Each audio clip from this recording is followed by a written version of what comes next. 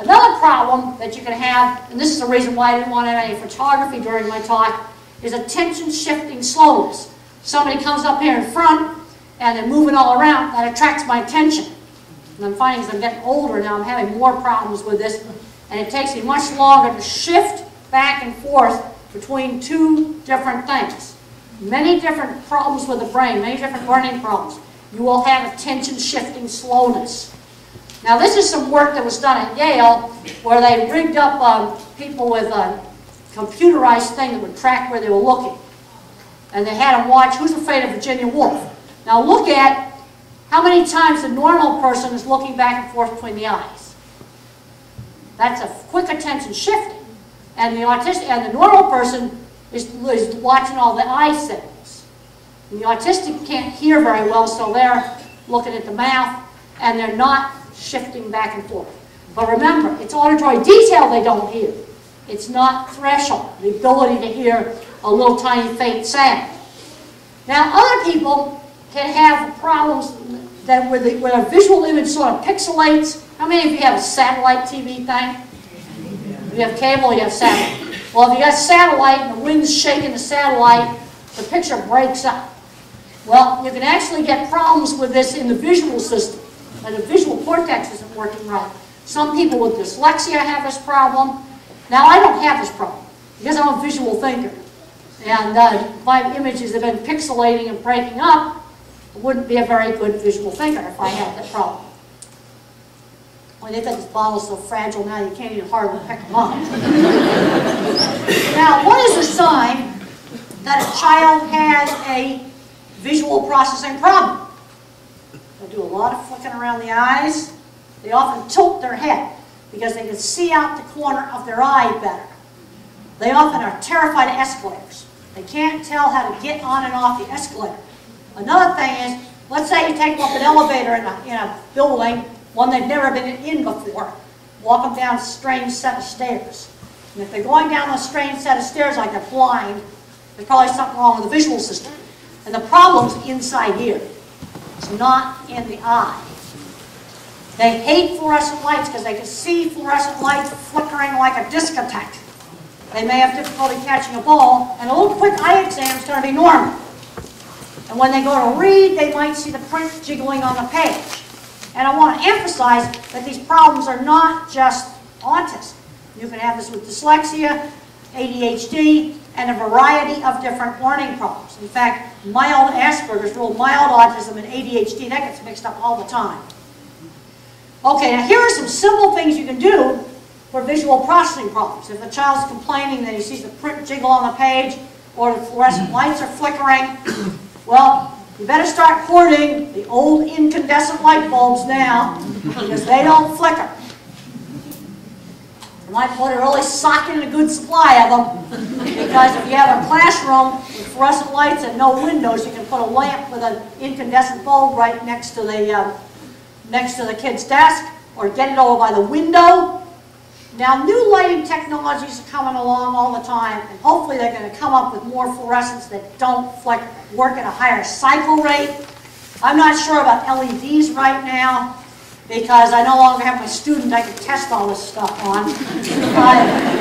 Sometimes wearing a hat helps. Laptop computer.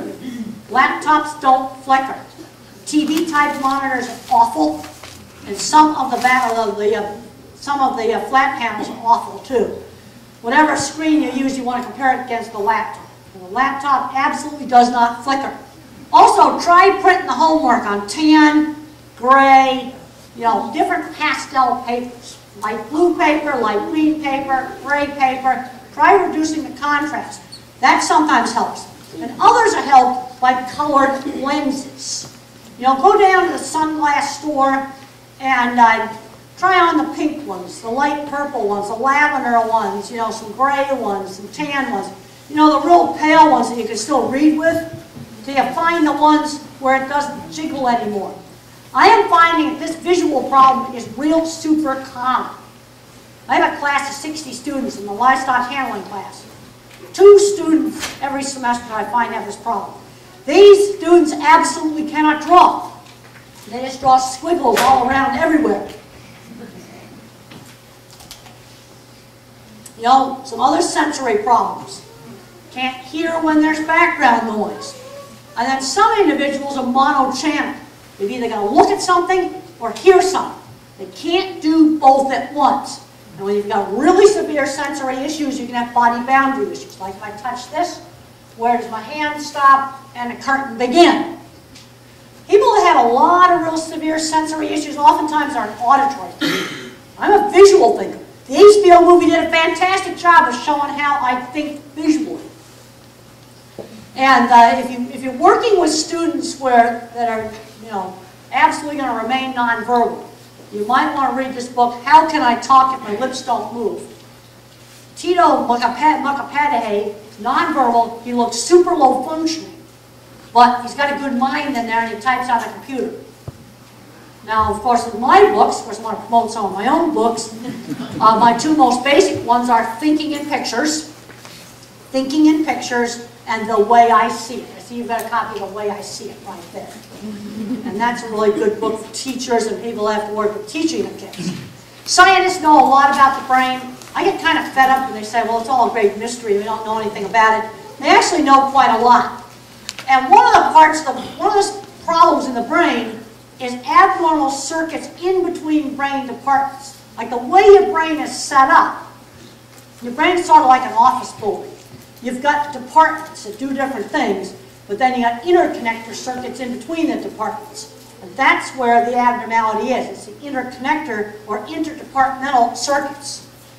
You see, when you hear a word, you see a word, speak a word, or you think about a word, so different parts of the brain are turned on, you gotta have inter-office communications. So I like to visualize the brain as this great big corporate office. Up there at the top, I got the president's office. That's the frontal cortex. That's the brain's executive. Then at division vice president level, that's language and verbal thinking. And then underneath that, we've got the fun stuff. Visual thinking, music, math, all those kind of good things. You know, then at the base of the building, you've got incoming data lines. And there's a lot of problems on the incoming data lines. Now, the things that just saved me when I was a child were things like art class. You know, I took sewing, I took wood shop. You know, I think it's a real shame that a lot of schools are thinking about taking these things out. Because what's going to happen to the geeks and the nerds? These were the things I was good at. Oftentimes it's the auto shop mechanics teacher or the agriculture teacher. Someone like that gets some of these kids turned around. You know, my science teacher was beautifully shown in the movie. You know, I wasn't interested in studying until he gave me a reason to be interested in studying. But he had all kinds of great hands-on stuff for me to do. And I actually did build that little optical illusion room. That just shows kind of an airline route map of the interconnections in the brain. And what tends to happen in autism is, it's sort of like in the frontal cortex, we cancel a pile of flights. But you know what? We may be adding flights out in Silicon Valley. You see, and that may account for some of the skills. And you know, the geeky, quirky, nerdy kids. Some of them get to go to Silicon Valley. Oh, there's some that get to go to Hollywood too. You know, it's and the thing that concerns me is I'm seeing a lot of smart, geeky kids that are on the high end of the autism spectrum going nowhere. And some of that is there's not enough expectations for behavior. You know, my 50s upbringing, I was expected to have some table manners. Now, I shouldn't be spilling this water, but I can't even hold this. I'm spilling. Now, there's evidence that in the normal human mind, verbal thinking and language covers up visual thinking. Because this picture came out of an Alzheimer's patient after the language centers and frontal cortex got wrecked.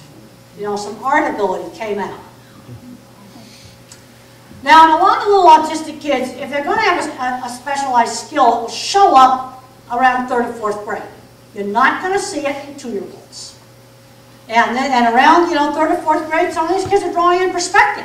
Well, we need to be teaching them art. We need to be encouraging them. These are the kind of things that can turn into careers. We're not doing enough thinking about what are they going to do when they grow up. You know, let's look at kids with dyslexia. I know a lot of really great professional people that were dyslexic. I get worried today in today's educational system what's going to happen to them. Especially after they've taken out, you know, auto shop and you know, VOAG and all those kind of things. That's the kind of stuff that I was good at.